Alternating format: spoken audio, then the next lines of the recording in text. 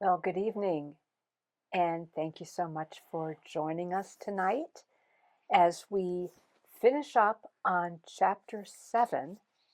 Just got a little bit to go there, and then we're going to start moving into chapter 8. So, Gregor, you want to share anything about where we were when we left off last? I'll just start reading at the top of the page and go back to the figure we were looking at. So here we go. All right, I will, let's see.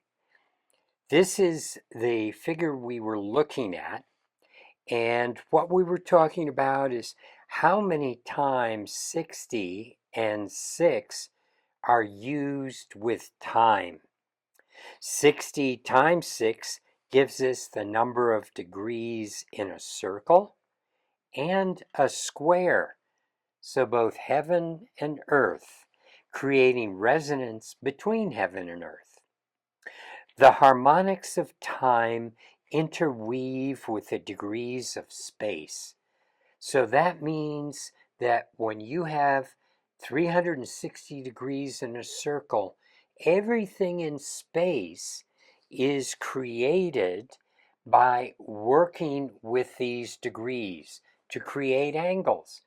And it's all based in the 360 degrees, which is basically 10 times 6 squared. So remember when we had the number 1, it was unknowable until it came into the tens realm. And so it is with 60 and all numbers that hold that 0 after their initial digit. It's really working with a divine aspect of that number. So the harmonics of time interweave with the degrees of space, which is all the geometries we have in creation, and also with the measure of the earth, the moon, the sun in miles. So we're going to start seeing where miles are a divine measure. They aren't something we made up. Starting with half a day, and so that's what we'll have here in this geometry. Now my arrow is showing up. Yay! There it is, my little arrow. It So is. good. You can see and make this speaker view on your screen if you don't have that, so this becomes big. You see how, let's see, you see we're working with 60 seconds in 1 minute, 60 minutes in 1 hour, 24 hours in 1 day, and that's 2 plus 4 equals 6. So you see how time is working with 6 everywhere. There are 6 even segments in a circle. We've talked about that before, where you take the radius of the circle that you've just drawn with a compass, and then you can mark off 6 segments naturally. The radius creates 6 segments, and 6 times 60 equals 360. So that's why we have 360 degrees in a circle, and that's 6 squared times 10. And 24 hours to rotate 360 degrees. Again, we have the circle equals the number of degrees in a square. They are resonant with each other. The square shows us the hard angles of geometry, and the circle is the soft feminine aspect of the curve, and this is the symbol, as we saw before, for so many different things that we consider to be very high, like God and soul. So a half a day is 12 hours times 60 minutes gives us 720 minutes. And remember, 720 is the number of degrees in a hexagon, and it's the number of degrees in a tetrahedron. And that 720, if you remember, is a very sacred number.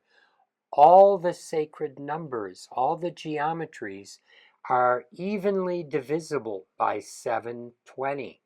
So evenly divisible by the hexagon and the tetrahedron. Now let's start playing with time, and I'll go more into this in a little bit. But 12 hours times 60 minutes, so half a day, times 60 seconds is equal to 43,200, which is times 10 gives us the radius of the sun. So we'll see something in a little bit where we'll talk more about how time relates to not only the sun moving through our sky, but it also relates to the number of seconds in a day. And so it's amazing how it all intertwines so perfectly. A half a day, as we just said, is, well, I will get into this part when I get into that slide. But it's curious to note, in the book it says that half of our day cycle in seconds, which is what we were looking at here, half a day cycle in seconds is equal to half the sun's diameter, its radius. So that means that a full day has 86,400 seconds in it. And if you multiply that by 10, that gives us the diameter of the sun. So each day in seconds, we're repeating the diameter of the sun in miles. So you start to see how miles are a sacred number, that everything in the universe is based on this sacred number. We discovered it. We didn't create the mile. So, 1.5 days. Now I'm going to show you something else right here, which is if we go to 1.5 days and take the number of minutes in 1.5 days, we are going to end up with 2,160 minutes in 1.5 days. And it so happens that if we turn that time of 2,160 minutes into miles, we have the diameter of the moon. And if you remember, each zodiacal sign is 2,160 years. So 12 of these equal the great year of 25,920 years. And also, if you take the same number and turn it into degrees, you have a geometry which is the number of degrees in a cube. So you see how we have harmonic resonance between diameter of the moon in miles, time in years, and degrees give us a geometry, the cube. So everything in our universe, it connects through resonance. And so that's what we're doing with all the tools that we create. We're finding, how does the universe work with resonance? And then it's like a C tuning fork that's vibrating with a C tone. The C tone is invisible. We could hear it, but it's a vibration that we can't see. We could maybe hear it, maybe we could feel it, but it translates to a the rightly configured um, tuning fork, excuse me, that gives us a vibration that is equal to the sound of middle C. So, as seen in this. I'm going to do that part. See my name? Oh, Oh, there's my name. okay. It's now Gail's turn. Never mind. Okay. So, okay, let's take a look at that beautiful figure again. Okay. And thank you, Gregory, for all those explanations. I always love being reminded of all of these relationships and how time is really about our relationship to the sun, the moon. It's not abstract, and that's true of everything, whether it's miles, time, the zodiacal signs, whatever it is. It's all bringing us back to understanding the relationships of who we are to what we are in this creation in the physical realm.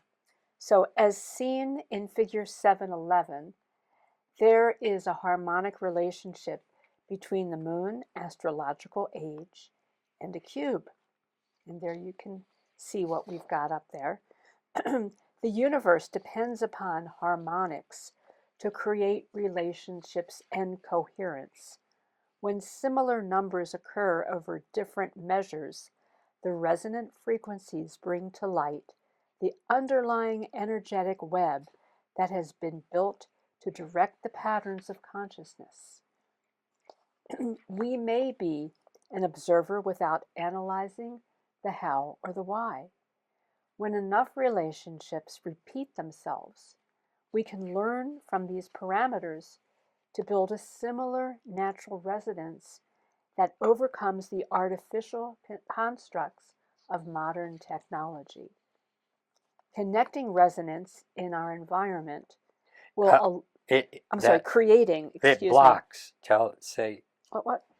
Modern technology that blocks the energetic flow. Oh, okay. Did I not say that? You did not say Well, that. let me reread that. Okay. So we're talking about artificial constructs of modern technology that blocks the energetic flow of higher dimensional connection.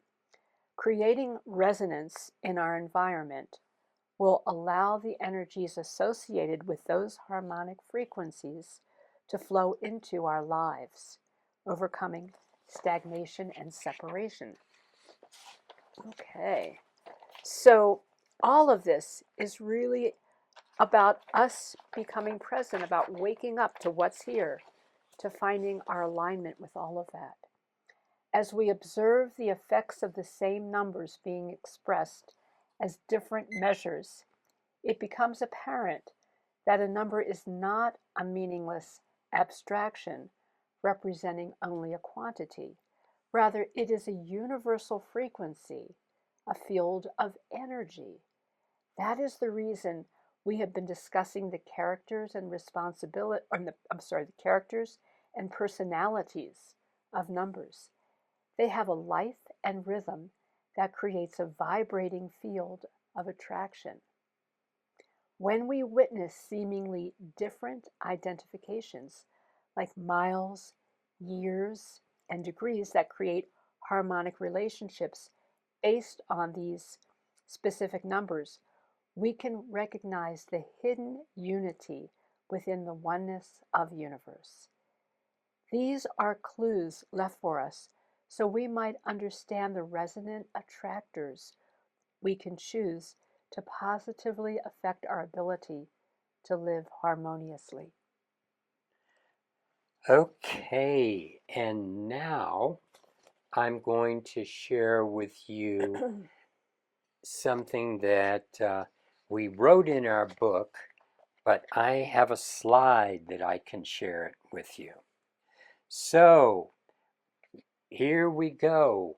1 day, 24 hours times 60 minutes equals 1,440 degrees, which gives us the number of degrees in an octahedron. So I'm not going to read each one of these, but I'll just let you know that 1 day in minutes is equal to an octahedron's degrees.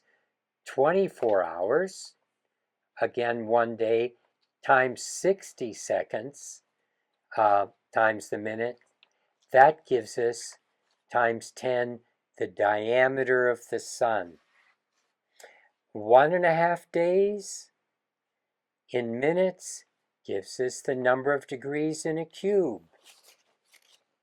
6 cubed equals 216 times 10 again is 2,160 miles, or the moon's diameter. So 6 cubed, or 1.5 days. 1 hour times 60 minutes times 60 seconds is equal to the number of degrees in an icosahedron. Also, 2.5 days in minutes gives us again 3,600 degrees, equaling an icosahedron. We can keep going like this. 3.5 days in minutes gives us the diameter or the radius of the Earth plus the radius of the moon added together, 5,040 miles. 4.5 days in minutes gives us the number of degrees in a dodecahedron. 5.5 days in minutes gives us exactly the number of miles for the diameter of the Earth, 7,920. 6.5 days in minutes gives us the diameter of the Earth plus the number of degrees in an octahedron. And 7.5 days in minutes gives us the diameter of the sun adjusted to be in the same magnitude level as the diameter of the moon, which means we dropped one of the zeros off. So one of the zeros off the diameter of the sun plus the diameter of the moon gives us the number of minutes in 7.5 days, 10,800. And that's been a very sacred number in many of the ancient scriptures that we'll talk about in a little bit. So, wow. These measures, like the moon, when I say it's 2,160 miles, that's 99.99% accurate, the exact diameter of the moon. So all these measurements that I'm giving you are real. Nothing is conjecture, fudged, or made up.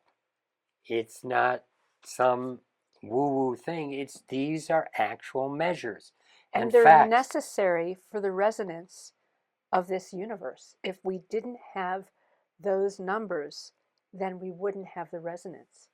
And we'd be living in a very different dynamic then, wouldn't we? I mean, it's amazing how perfect everything is, which points to how perfect we are, and we are ignorant of our own perfection, of our own connection, of our own grand resonance with all that is.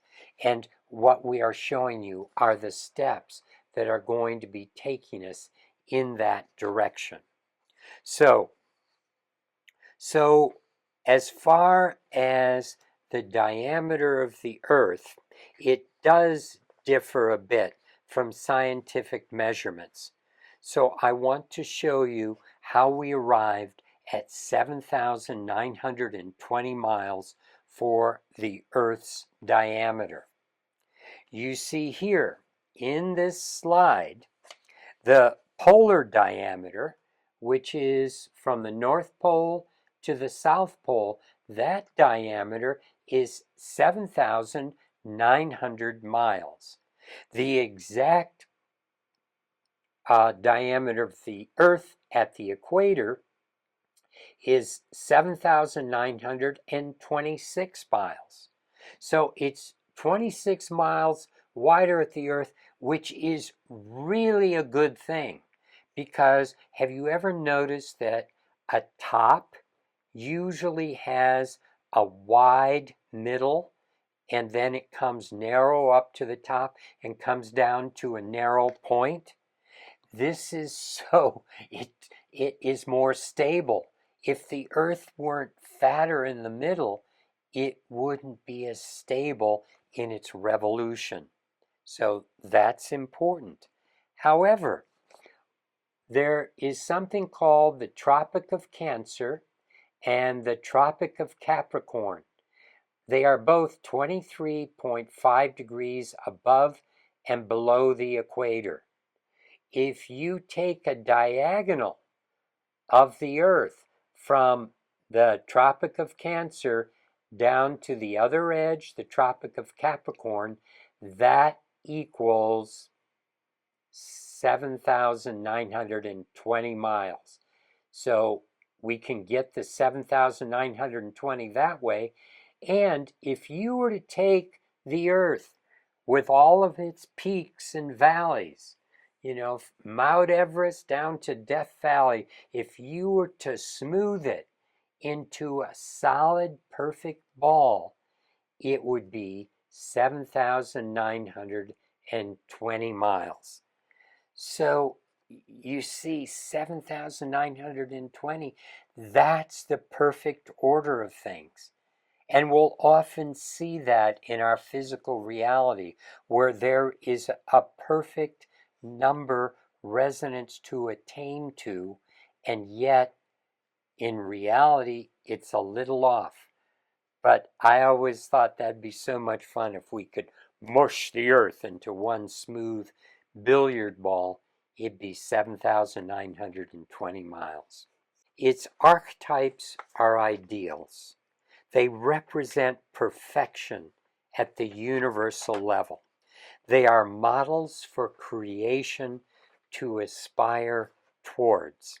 If we were to take the Earth and mold it into the smooth ball, like I was saying, with the same surface area, then the diameter of that perfect Earth would be 7,920 miles.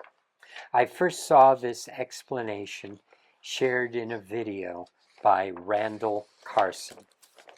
So, All right. your turn. Thank you. Okay.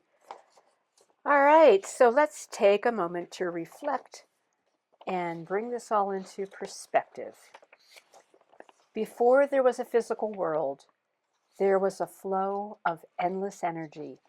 There was nothingness, silence, stillness. Within that void is an eternal expression of consciousness, an extraordinary creative spirit that contains the urge to endlessly create a realm of life where all possibilities and blessings exist. The number 6 carries the intent to build creation in an everlasting way with orderly patterns that exceed time and space. It is the perfect structural integrity for evolving a universe that encompasses the multi-dimensions of life. The vastness of creation is within you. Your mind, body, heart, and spirit are precisely designed to resonate with all life around you. The universe is not only your home, it is you, and you are it. By following the patterns displayed throughout creation, we're given a set of instructions on how to build and live optimally. It's part of the master plan that's been hidden in plain sight. It's that manual we said, where is that manual or how to live a life on planet Earth. The physical world is based on a structure born from consciousness. Our feelings, intents, thoughts, and actions give rise to the growth of this universe. Each new form takes on life that can evolve in a multitude of ways. Consciousness offers the resonance to inspire and direct creation, with love being the purest and highest influence. As we embrace our role as divine co-creators, we can impress life with compassion and loving consciousness for the good of all. As we stay connected, we trust our relationship with Source and everything around us. Consciousness is the conductor that molds how this universe evolves, and we are the rhythm that defines creation. All right. You get to start the next part. I do. Chapter 8. So now we get to move to chapter 8. Let me get my pages here.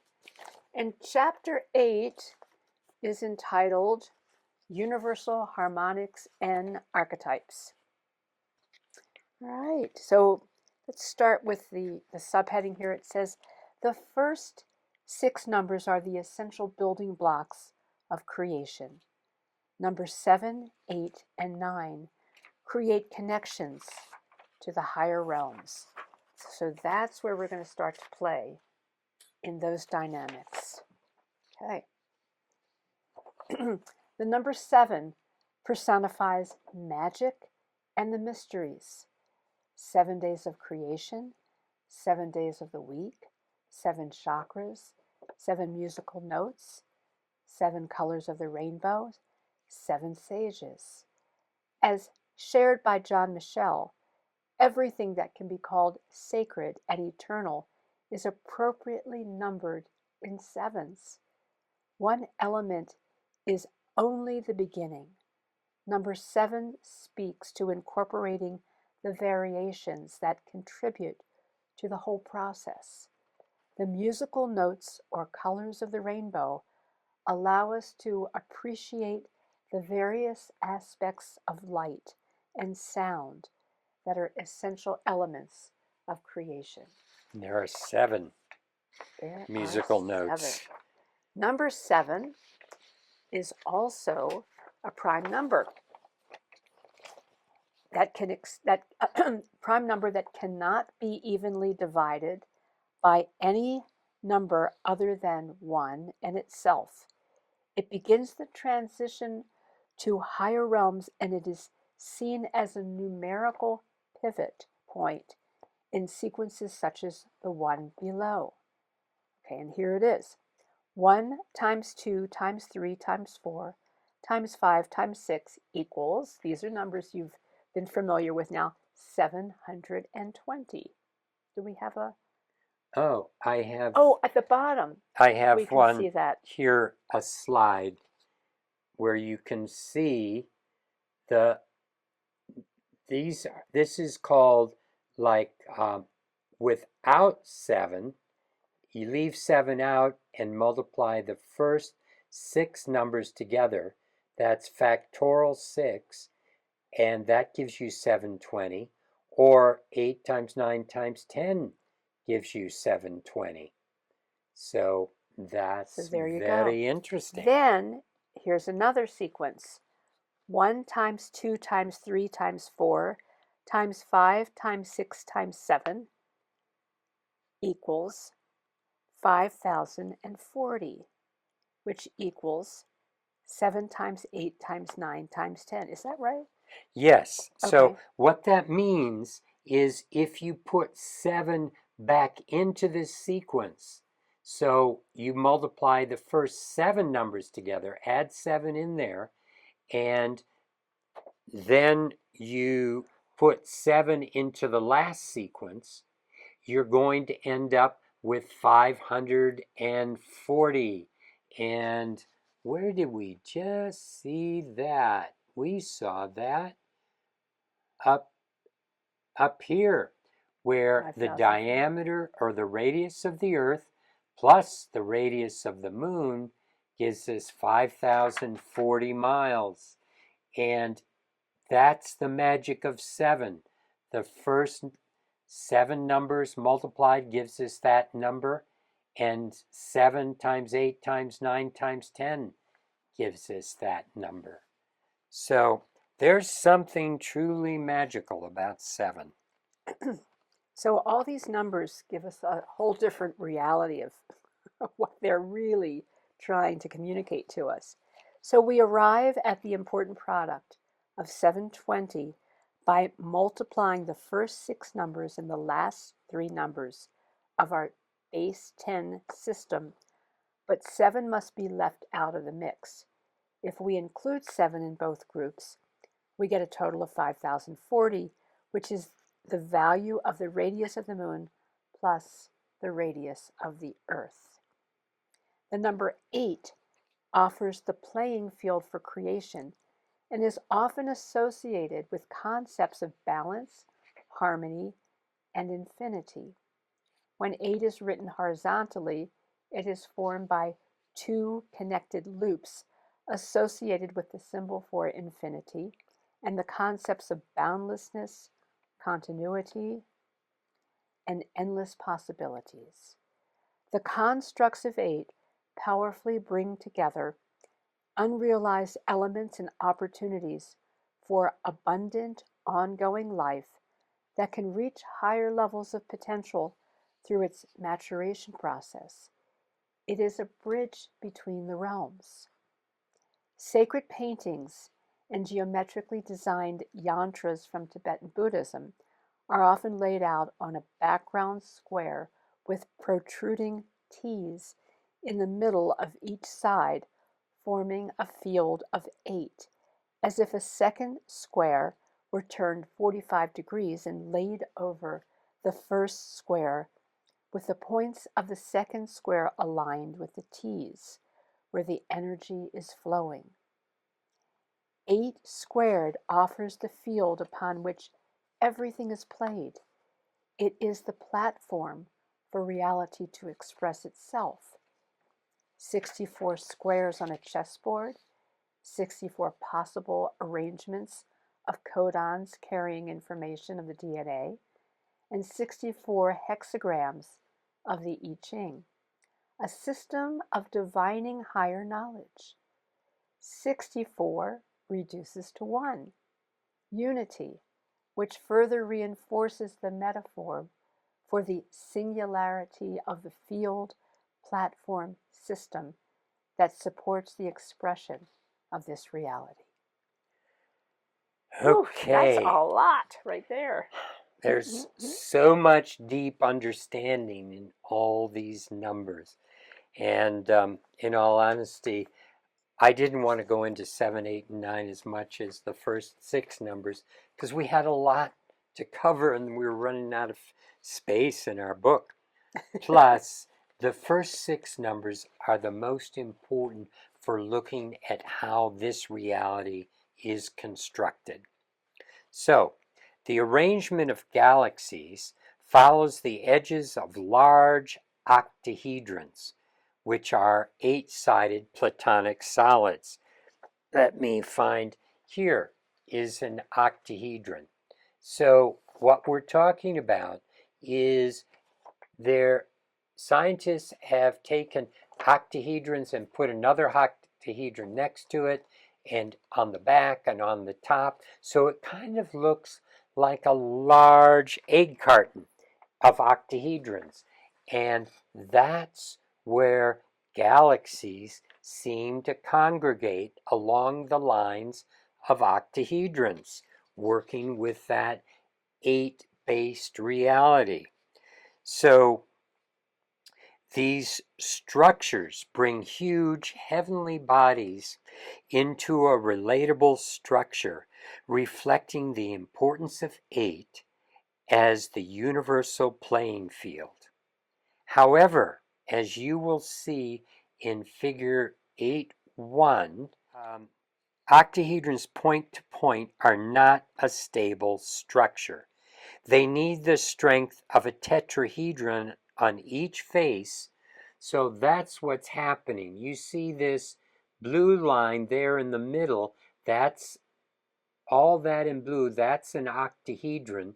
And if we put a tetrahedron on each one of its faces, so this star tetrahedron with one large tetrahedron going up and one tetrahedron pointing down, another name for that would be a stellated octahedron, because by putting octahedrons on each face, you're going to make it more stable. And what happens is when you connect those outside points, like we have over here, to make a cube, that's where we end up with Metatron's cube. So you see here in this design that we make, and we'll talk a little more about this further on, because Metatron's cube has often been shown to be a two-dimensional form. That's only one perspective.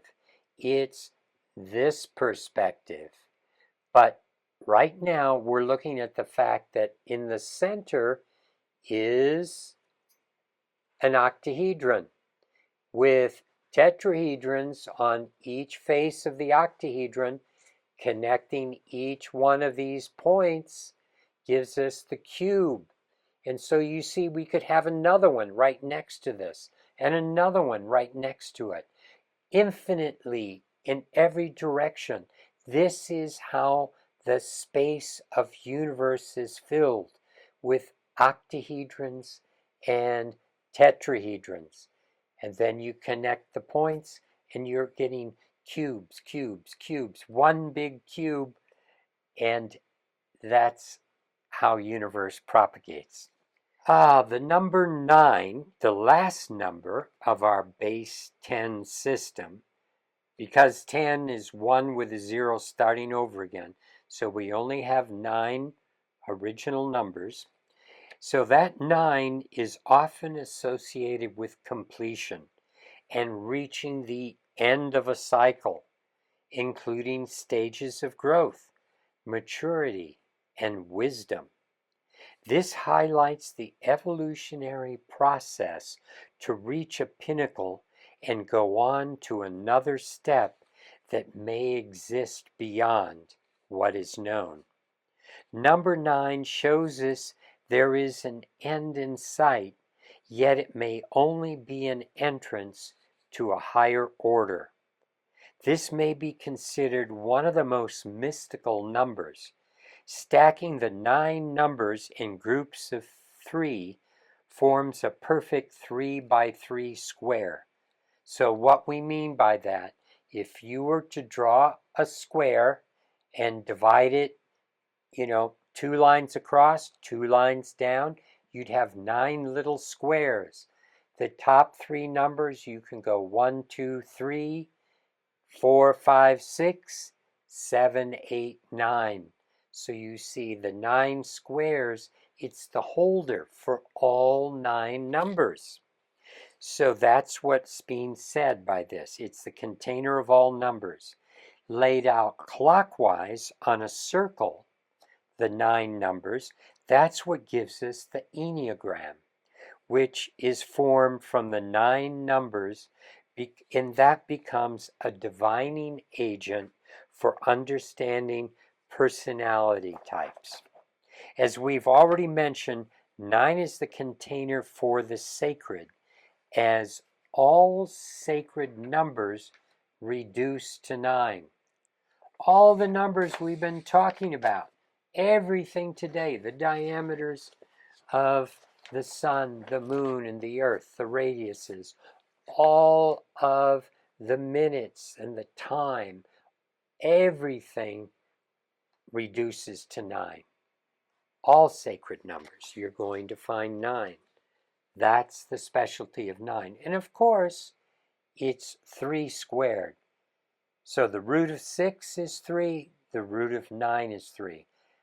As Nikola Tesla was talking about the importance of 3, 6, and 9 again, you're starting to see the 6 and the 9 always defer to their root of 3.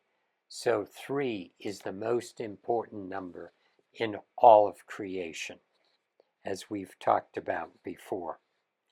Geometry cannot be understood without recognizing the values of basic numbers that build a three-dimensional world.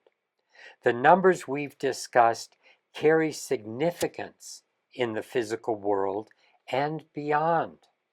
Each of these numbers expand the container of conscious life, with higher numbers inviting interaction with higher access. Our lives are multidimensional, which indicates there are realms beyond our physical senses. Senses like intuition, spiritual connection, and the sense of knowing are becoming more significant as we evolve into this greater awareness. The first 3 numbers, 1, 2, and 3, educate us about the origins and effects of a 2D perspective that builds a platform to enter into a 3D reality. The next 3 numbers, 4, 5, and 6, are the creative constructs holding the building properties for evolving the physical 3-dimensional plane. The final 3 numbers create relationship with qualities of mind and higher dimensions. Each dimension can be mastered by rising to the next level, because another energetic component is available. We can better understand 2D because we exist in a 3D world. So that means everything in 2D, we can better understand it because we exist in a higher dimensional reality. As we raise consciousness to incorporate access into the 4th and 5th dimensions, so that's where we're evolving in our level of consciousness. To move to these higher levels, we'll be able to look back into our 3D reality and start to see it more clearly, not take it so personally, because we'll see how it all fits together and the games that we play or try to avoid that keep it operating. So expanding into higher dimensions gives us a broader perspective and clarity, since each level lends its unique energy and it's inclusive of the dimension beneath it. So that means 3 dimensions incorporate the 2D dimension and the 1D, just as the 4th dimension incorporates the 3rd and 2nd dimension. So as 3rd-dimensional beings, we can oversee a 2-dimensional reality and discern the difference between a square and a triangle. A 2-dimensional being existing on the same level would only see lines with no sense of what may lie behind them. Our elevated 3rd-dimensional perspective offers us the ability to see deeper into the reality of 2D. So what that means, to say it again, is if you had a 2-dimensional person existing in this 2-dimensional plane where I'm seeing all these words, and there were a triangle or a circle or a square, that 2-dimensional being, as that being approached the circle or the square, all he would see or she would see or it would see would be lines, lines getting longer and thinner, longer and shorter. But we can, from a higher dimensional perspective, look down on this paper and see, oh, there's a difference between this line and this line and this line. This one's a circle, this one's a square, and this one's a triangle. So even though they exist in 2D, it takes a three-dimensional, a higher perspective to truly understand what's going on in the lower dimensions. And that's an important thing for us to aspire to in moving into a fourth and fifth dimensional understanding by raising our consciousness to these higher vibrational levels. Interesting. And that's what's happening right now. The vibrational levels are heightening, and we're learning how to operate on new dimensions. Okay, page 171. Ancient cultures understood sacred geometry. Of course. Ancient cultures had a deep understanding of sacred geometry and incorporated it into their architecture, art, religion, and philosophy.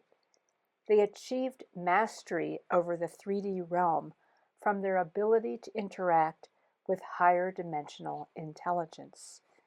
Many of their concepts and buildings display a highly evolved understanding that mystifies us. Civilizations in ancient Egypt deeply respected wisdom beyond the material plane and used it to guide their lives. Ancient temples were designed to be portals of energy. They had an enormous effect on people, supporting their access to these higher realms. And this is certainly what we see now with people having amazing experiences when they go to these temples and they go to places like the Great Pyramid of Giza in Egypt. Structures built with sacred geometric designs and principles hold vibrational energy that transfers to people that consciously interact with them. They become conduits and antenna for higher dimensional access. Temples, cathedrals, mosques, and pyramids supported people to journey into higher levels of connection and awareness. This secret knowledge was held in high esteem throughout the ages. However, history shows us how advanced civilizations entered times of great challenge and darkness. Higher knowledge, intelligence, and creativity threatened rulers that wanted to control populations. Religions, conquerors, and governments determined this wisdom was an enemy. Knowledge went underground and was held by people like the Rosicrucians, Templars, Masons, and those who held mystical information.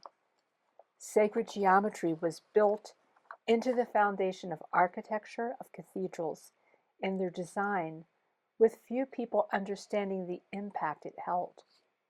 The potential and energy we're laying now, the potential and energy we're laying low, waiting for the right time to resurface. Sacred geometry has so much to offer us now, and it's important to incorporate the powerful energetic aspects that three-dimensional sacred geometry structures offer to us. Our modern lifestyle is often a great distraction to the essential connections we need for health and well-being. Consciously connecting with the frequencies of higher dimensions offers the balance and stimulation that is an essential part of the evolutionary cycle we are part of. Okay, and here let's go on to understanding 2D versus 3D. So it's important to realize that so much of this information was hidden.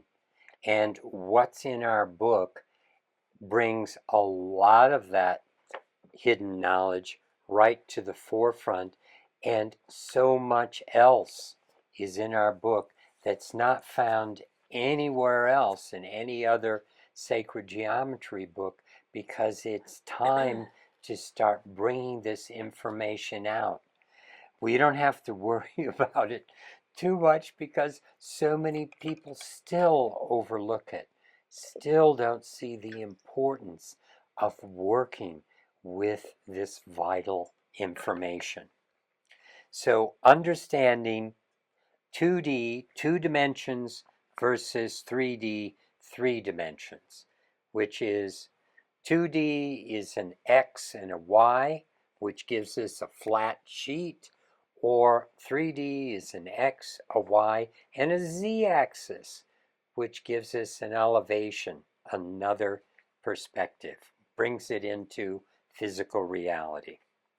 So, while 2D drawings of sacred geometry are beautiful and inspiring, 3D sacred geometry significantly broadens the experience with tangible vibrational energy. These three-dimensional structures align with universal archetypes, can transmit those same higher vibrational energies to our bodies, consciousness, and environment. At Metaforms, we have conducted numerous scientific studies, including double-blind tests with subjects unaware of whether a geometric form is present or not. With the proper geometry hidden inside a box, a person's physiology and brain waves shift when it is hung above or near them. People are often startled when they feel energy moving through one of our sacred geometry forms, since it's not what they expected or were taught to believe.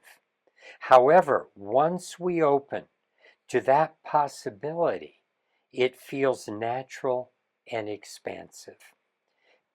It's exciting to share the archetypical forms that we've experienced as conduits to higher dimensions, because on deep levels, many people realize and have worked with these universal principles.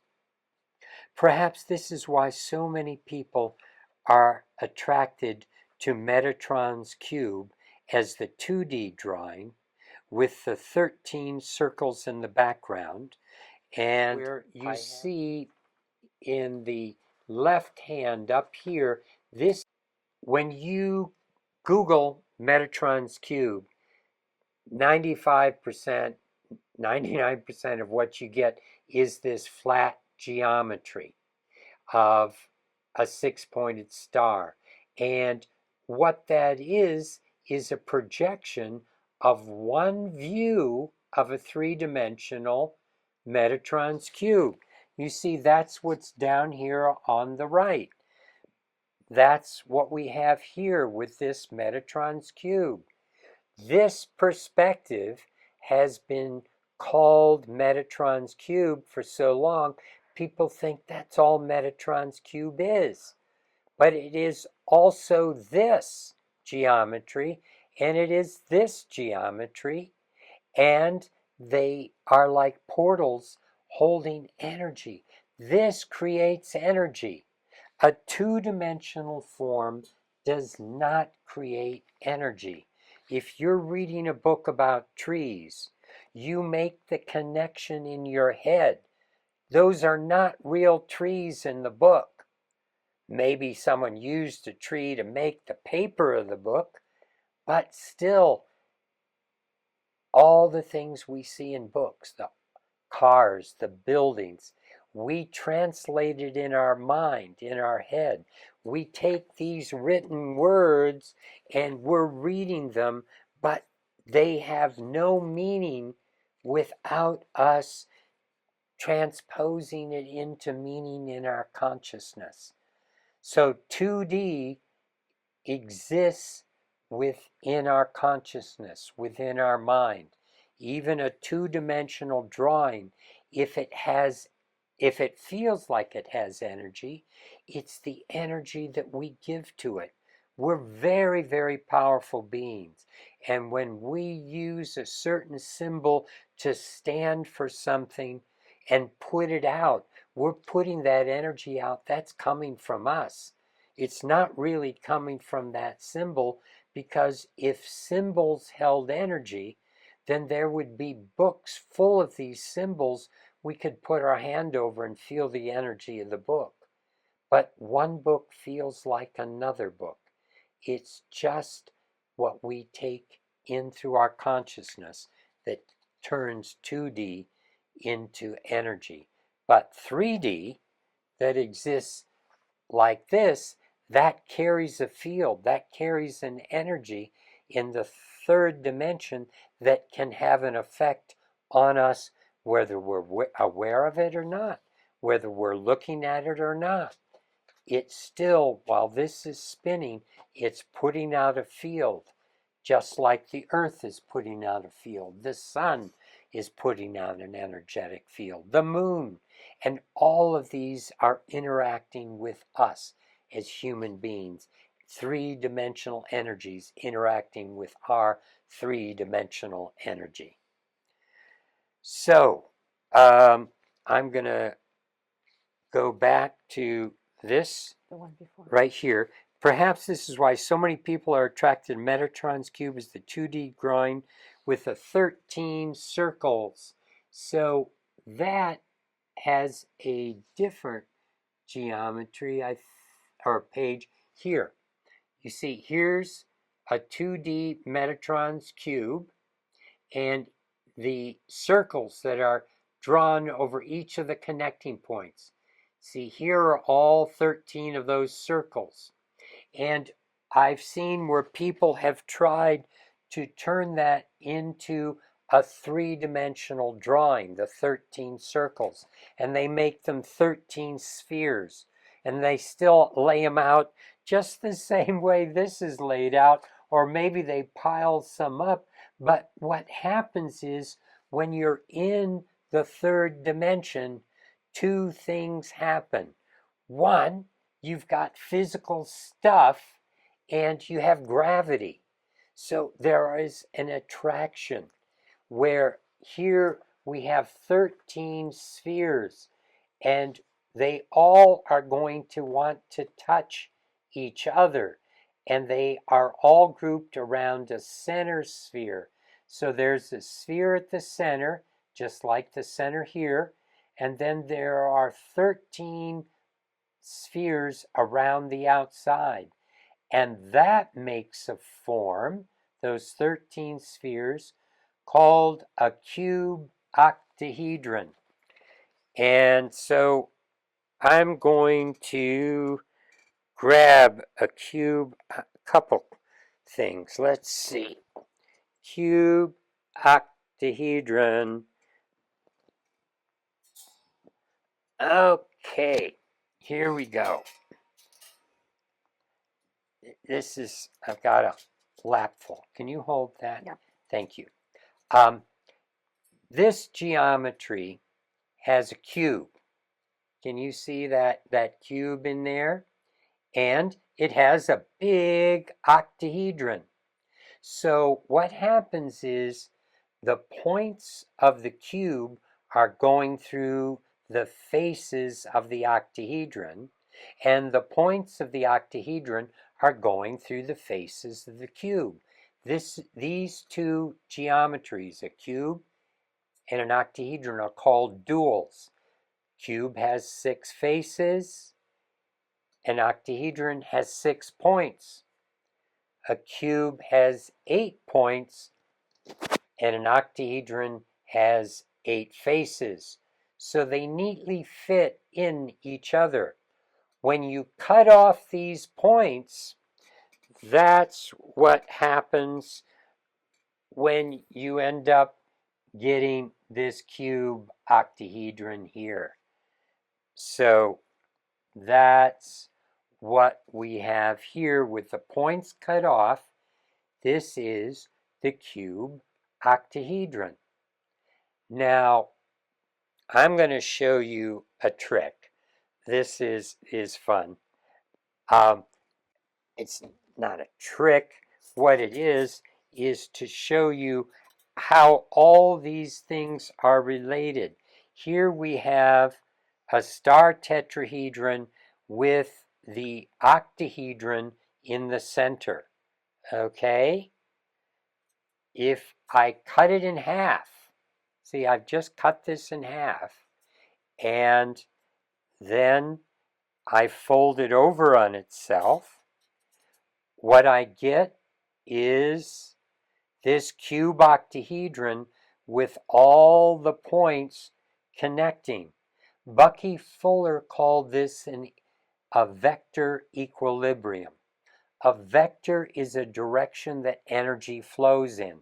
This is a vector equilibrium because each one of these points is connected to the other point opposite it equally.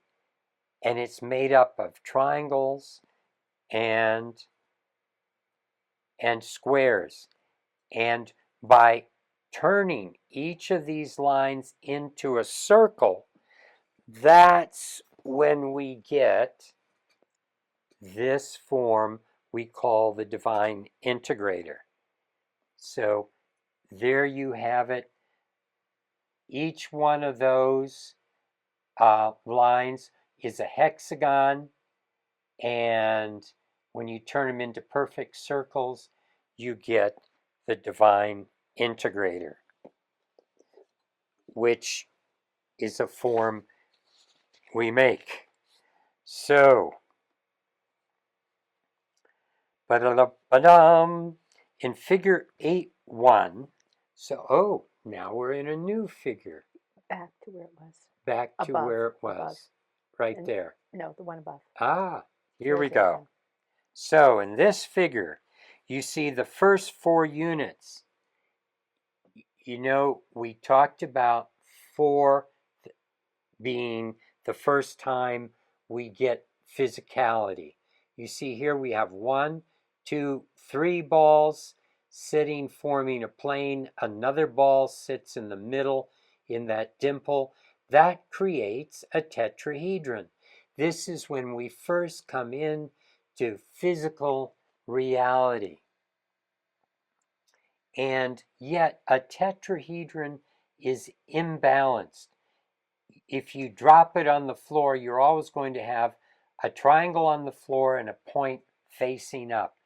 Always energy flows from the faces to the points. So you're going to have this flow going up and down.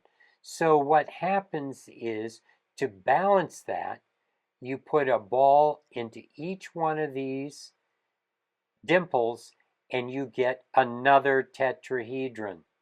So this is what gives us our star tetrahedron, which starts this whole process of creation. So this star tetrahedron is balanced energy, and that's where we are in the right over here. And the energy connects through those center points, and by doing that, what happens is we get the octahedron in the center, connecting the points on the outside, gives this Metatron's cube. So you can see how the progression into physicality starts with the tetrahedron and the 4 units, then the double tetrahedron, which is 8 units, again 8 coming in to the basis of this physical reality, and the playing field gives us the star tetrahedron, octahedron at the center. Wow. We're getting close, aren't we? Yeah, you were almost done for the night. Okay, so in figure 8.1, that's what we were just talking about. These 4 balls, unlike all other platonic solids where faces are opposite faces and points are opposite points, the tetrahedron has 4 points opposite its 4 faces. So faces collect energy and points dissipate the energy. This means that tetrahedron is always pulling energy in from one face and dispersing it out the other side through the opposite point. You see, it's not balanced. Because of this strong energy flow, we recommend that by itself, a tetrahedron is not used for energy work. Don't build a large tetrahedron and sit in it. A pyramid is a different thing with a square base. Tetrahedron, too much energy flow. But a star tetrahedron, you can get inside of. And so meditate within as a large pyramid, because a tetrahedron is never in stable equilibrium. So where are we time-wise? Well, we've been going for over an hour. Ooh, Yeah. I forgot to set the timer. Oh, you were having so much fun, you forget. I did. Okay. I like just the first 3 words of the next paragraph that we'll start with next time is the universe loves. I like that. The universe loves. Balance. Well, it loves a lot, but the The universe loves. The universe loves. It is love. It is The love. universe is love. That is Okay. Okay. So, Do we quickly, have some questions? well, I don't see. Well, this was kind of fun. This dialogue that was going on here. And if you look at your notes, sometimes there's some fun things going on. Okay. And More Loose made a comment. It feels to me that it may be an appropriate time now to begin to share or teach this knowledge to our children. Would this be the appropriate time now in this year 2025? Well, everything I'm hearing is and experiencing with these little ones that are coming in is they are so advanced. They are way ahead of us. They can teach us a lot. And they are just absolutely not going to do well in the school systems the way they are right now. So I think that our education really needs to take a giant leap. And this is an important time to do that. And another thing, what we're working with, it's very physical. It's very hands-on. And it's conceptual. It's like, it's not just abstract, meaningless numbers. You can see the means behind the numbers. And children love meaning. They love pattern. They love design. They love to play. And to think that there's a relationship between the moon and the earth that's generating certain numbers that affect the way we're created. And we'll talk more in this chapter about the sun and the moon and the sun and the earth and the way these geometries work together. So I think it's a wonderful time to play with kids.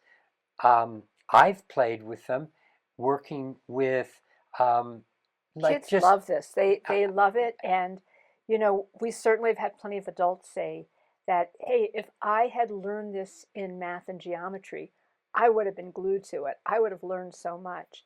So our education has been lagging way behind. And I also think that the more experiential we make it, the better. That's how we learn. It's not just sitting and listening.